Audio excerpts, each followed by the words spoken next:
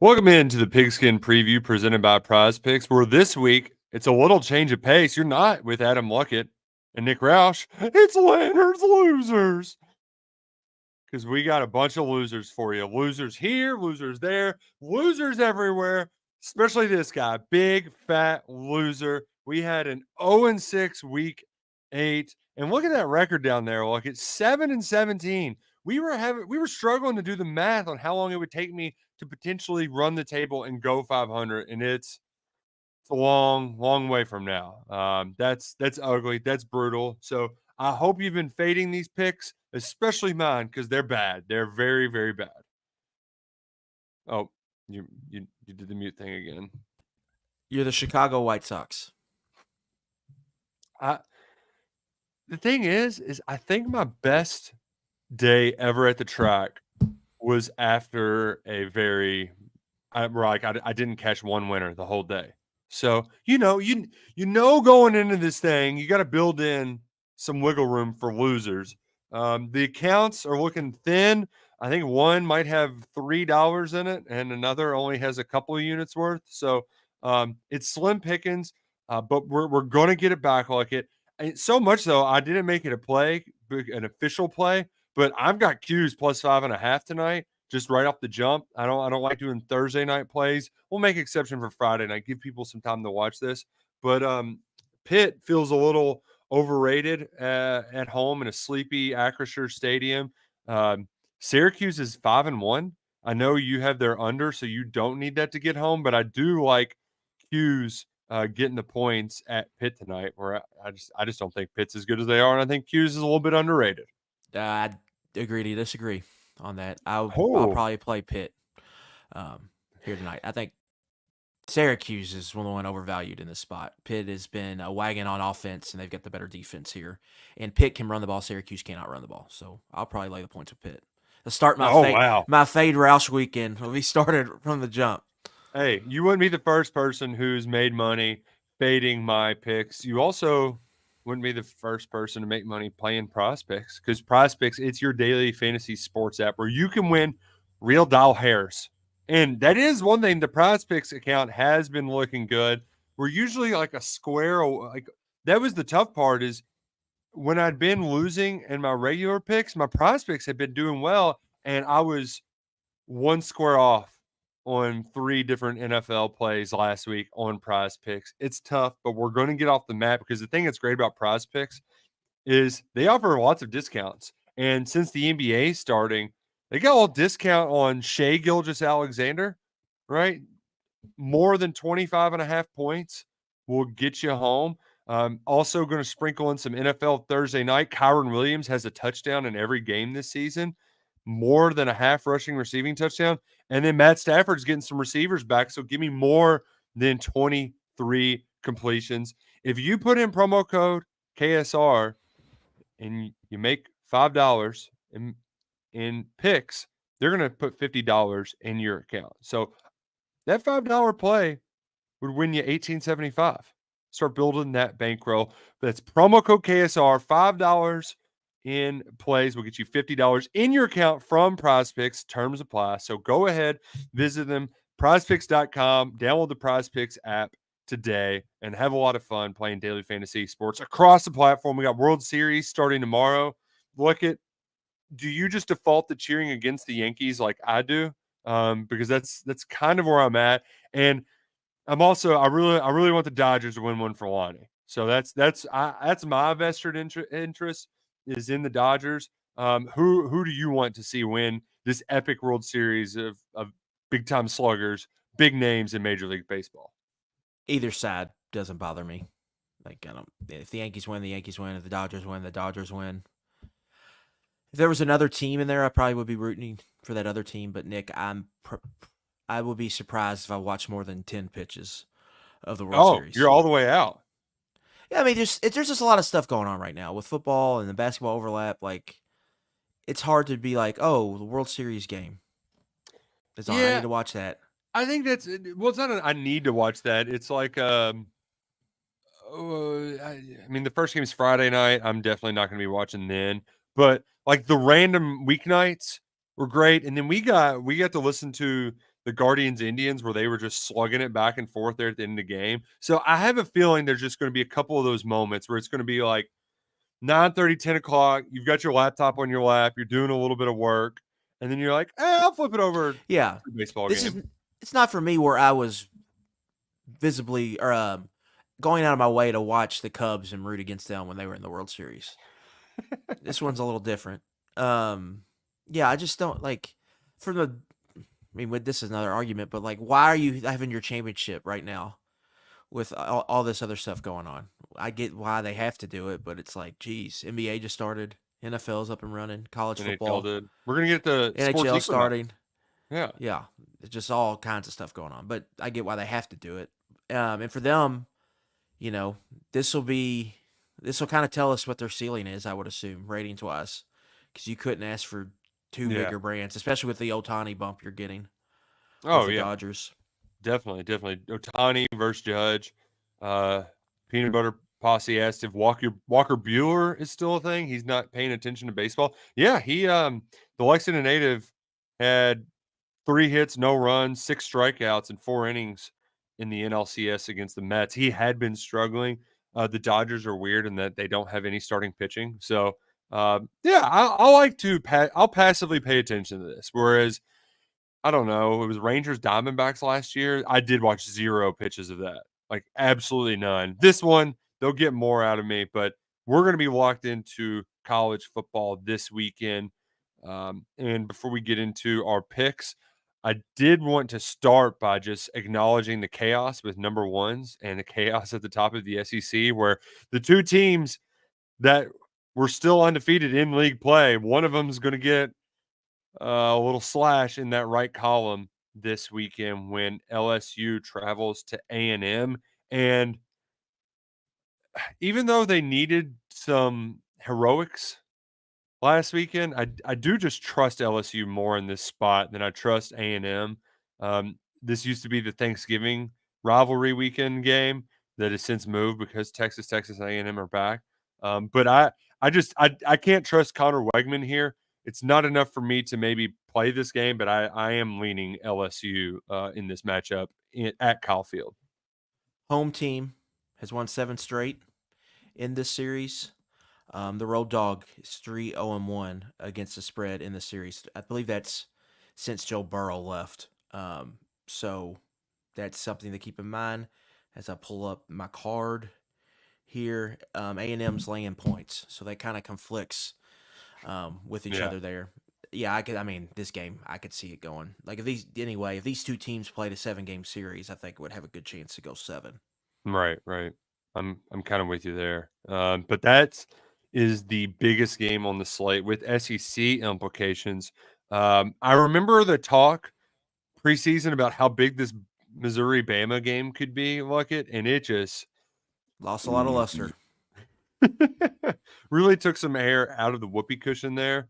But I mean, I can't imagine Alabama laying like I can't imagine taking Alabama and all those points in this situation. 16.5 is the spread. I can't imagine Missouri scoring based off what I saw from Drew Pine at quarterback last week against Auburn. So is Cook out? Doubtful. Yeah. That's oh man. Their leading rusher Nate Noel's out, and they could not run the ball last week. He's out. Cook's likely out. Like I just can't imagine them being able to. And Mookie Cooper, who I think is probably their number 2 receiver, is doubtful too. I just can't imagine them scoring. And an under there is maybe what's worth looking at. Mm-hmm. Specifically, Missouri under team total might be worth looking at. The total right now is 51.5. Mm-hmm. So yeah, laying Bama 16.5 feels a little icky. But maybe an underplay is the side to go. Maybe even just playing the Missouri team total under is probably maybe the side to look at there. Jalen Milroe loves turning it over in the red zone, so that could certainly help your under. I wish the money line was a little bit juicier, but it feels like Mississippi State could end up stealing one. I mean, they've been getting a lot better. They're 6.5-point dogs at home against Arkansas. Was it Georgia last week or was that 2 weeks ago? I mean, Yeah, Yeah, it was a couple weeks ago, but a lot of people said, "Oh, they're getting rolling there in Starkville. They're 1-6." Yeah, Like, yeah. They're being frisky and they look like a competent football team. And well, they've gone from like, my God, they're awful till they're just bad. So everyone thinks, oh, what an improvement by Jeff Levy. He's doing a great job down there. you aren't wrong about that.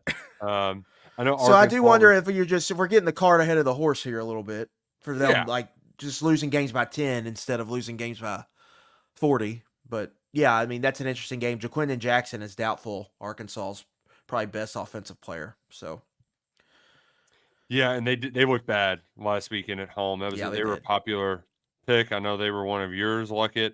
That Arkansas really came down to life there. So they need that just to kind of, you know, I don't want to say stop the bleeding, but kind of provide some reassurance and embrace the hog a little bit down there in Fayetteville. One funky game.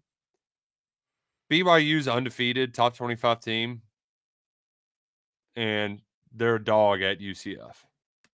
And Mm-hmm. I know part of that is there's certainly this belief that BYU, like they can't be keep getting away with this. Right. Yeah. But I mean, because it took some Ole defense there by the Cowboys on that final possession for them to steal that win at home. But there's also part of me too where it's like Gus Malzahn, you going to trust him here? Like this looks like a favorable spot, and you think he can deliver? Very very funny game. It's going to be going down 3:30 Saturday between BYU and UCF. Yeah. And that's 3-4 UCF. Ew. UCF had Iowa State on the ropes. Arguably should have beat them on the road last weekend. So yeah, that's a interesting line for sure. BYU does feel like though, Nick, like the team, like really, like is this Yeah. team really gonna get in the playoff? Somebody's got to, if they keep winning the games, somebody's got to Yeah, take up the spots. yeah, And they're finding ways to win. It might be ugly, but not going to apologize for winning. Um, I think a lot of teams would happily trade places with them right now. Let's get to some picks this week. Some picks that we really like, and I'm not in a good spot.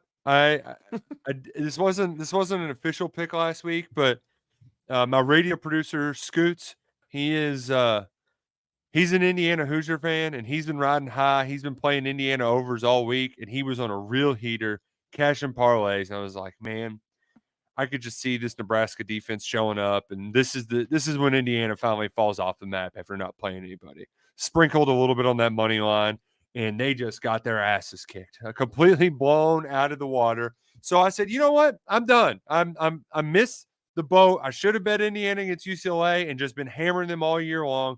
They're 5-1 against the spread this year. So damn it, give me the Hoosiers -6.5. I got to do it at this point. They're playing a Washington team who good at home, bad on the road, has no kicking game. I know Indiana doesn't have Curtis Rourke this weekend, but just run the damn ball. Use Trace Jackson Davis's little brother, Taven Davis. Do the quarterback run game, and just keep doing your thing, Coach Sig. Just win against the Huskies. Win by touchdown, por favor. yeah. FIU's the only team to cover against Indiana. They've ripped off 6 consecutive covers, ripped off 6 consecutive overs too. In Yes. that stretch, Washington, though, I would say is sneaky here in this matchup. They they've got really good metrics on both offense and defense. And you kind of look at their schedule; they hammered Michigan at home. The Iowa game really got away from them in Iowa fashion, and then The the Rutgers Rutgers game where game they was an had all the anomaly. yards and no points. Yeah, and then Washington State, they outplayed them and should have won. They didn't. So it's a sneaky game, especially with Indiana having their backup quarterback here. It won't be a play for me, but it would not surprise me if Washington goes in there and beats Indiana. Well, I certainly hope they don't. I was tempted to just I was going to blindly bet Army because they're 6-0-1 this year. Army's on a bye this week, so rats. Uh, maybe Navy. Maybe they might be on the board later. Who you got up next, Mr. Luckett? Yeah, going to the ACC. North Carolina at Virginia, a little rivalry game here in Charlottesville. I'm going to lay the 3.5 with the Who's. This is kind of a fade on the Mac Brown North Carolina tenure. It's not going great. Meanwhile, Virginia, I think, has been a little salty this year. You know, they very well could have beaten Louisville at home cooked last me time they were at last week. home. You know, Clemson was, Clemson's a different level in that league. But overall, I like what I've seen from Virginia. It's a big game. This series, they fared fairly well in. They're 6-1 against the spread over the last 7 meetings against the Tar Heels. Again, fate of North Carolina. I'm just going to go ahead and lay the short price here with Virginia. Virginia also has a feel, Nick, of one of these teams that has had a few bad seasons in a row, and then they're finally close to bowl eligibility. But this is one of their games like they have to get, so I feel like it's going to be a really important game for them to get this win so they can get to bowl eligibility, which is going to be a big deal for them. So I think we'll see a very good performance from Virginia at home. So give me Tony Elliott's club -3.5 here. Cavaliers 5-1-1 ATS this year. So we're sticking with the teams that are good against the spread.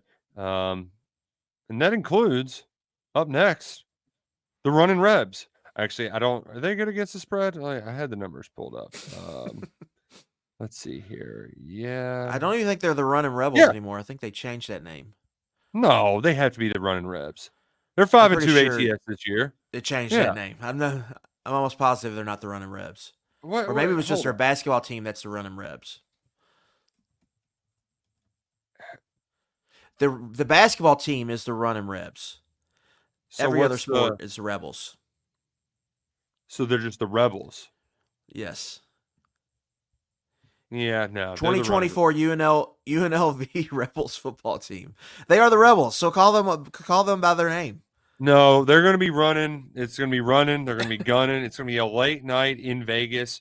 And for me, this is just a big one, home underdog, taking the points. 2, not only is it's a revenge spot because of Boise State put it on them last year. Yeah, thumped them.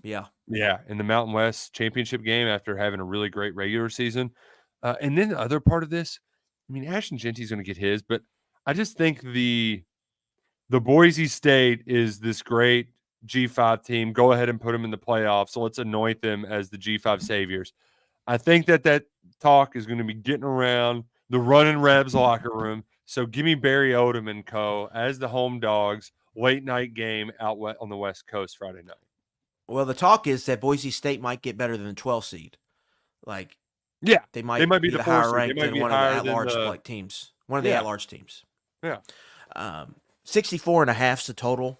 I think there's high shootout probability here in this game. I think it's a game where Ashton Genty's Heisman bubble could be decided. Bust. Yeah. Well, not necessarily decided, but if he doesn't have a good game on a big stage like this, I think it's going to be downhill for him. Very exciting game. Honestly, these two teams could play again, so we could see this matchup again. If Boise State's going to lose, this is probably the spot they'll lose. I do like the rolling the dice for a Friday night shootout in Vegas. It feels like that's something that could happen. So maybe parlaying a little bit of the points in the over. Why the hell not? We gotta find some way to dig out of this hole. We'll dig all the way to China, by God, if we have to. Who's your second selection?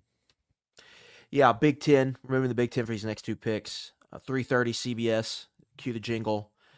Illinois at Oregon. Give me the road dog. Plus 21.5 here, Nick. Oregon 0-3 against the spread as a home favorite this season. Illinois 11-3 against the spread as a road dog under Brett Bielema. Illinois is a team I've talked about here recently. I think they're a good football team this year. Good quarterback, good offense. Defense forces a lot of turnovers. Oregon is better, but this is a lot of points in this game to me.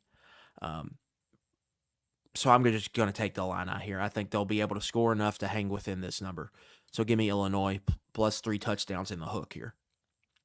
Illinois also 5-1 ATS this week. We're just banking on these teams who are good at winning. I'm not going to take And the Eastern one Michigan. time they didn't cover, guess what side Nick Roush was on?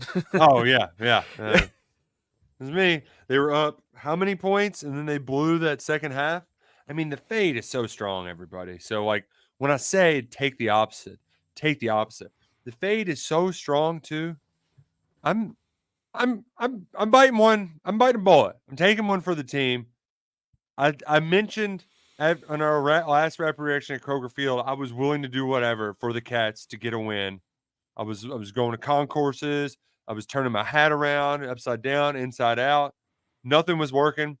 I'm taking Auburn. I'm betting Auburn money line, but I'll take Auburn plus 2.5.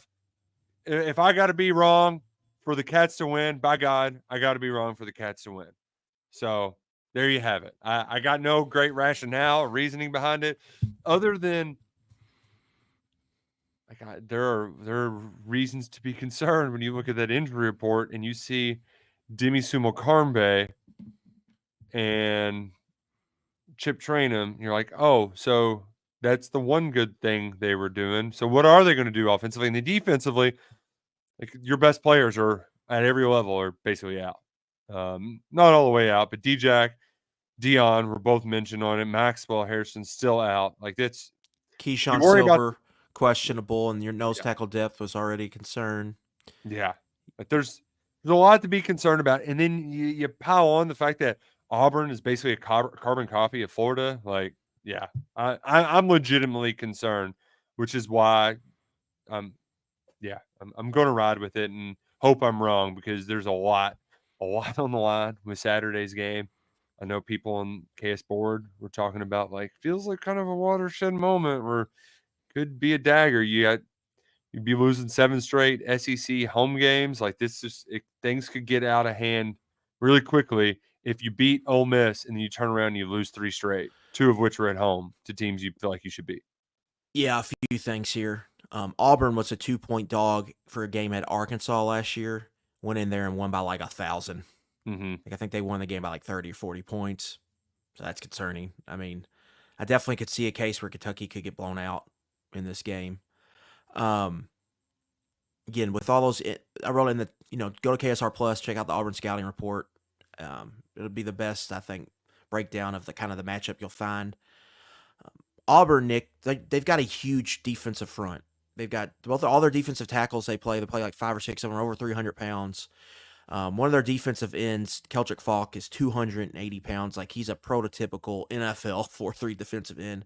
Moving them is going to be very difficult in the run game. But they are super young in the secondary. They're playing like 4 freshmen, 4 first or second year players in the secondary. They can get got a little bit in the passing game, and that's how Missouri ended up winning once Brady Cook got in there. So I wouldn't be surprised if it's a big game for Kentucky passing. Like it potentially could be like Dane Key passing or receiving yards over.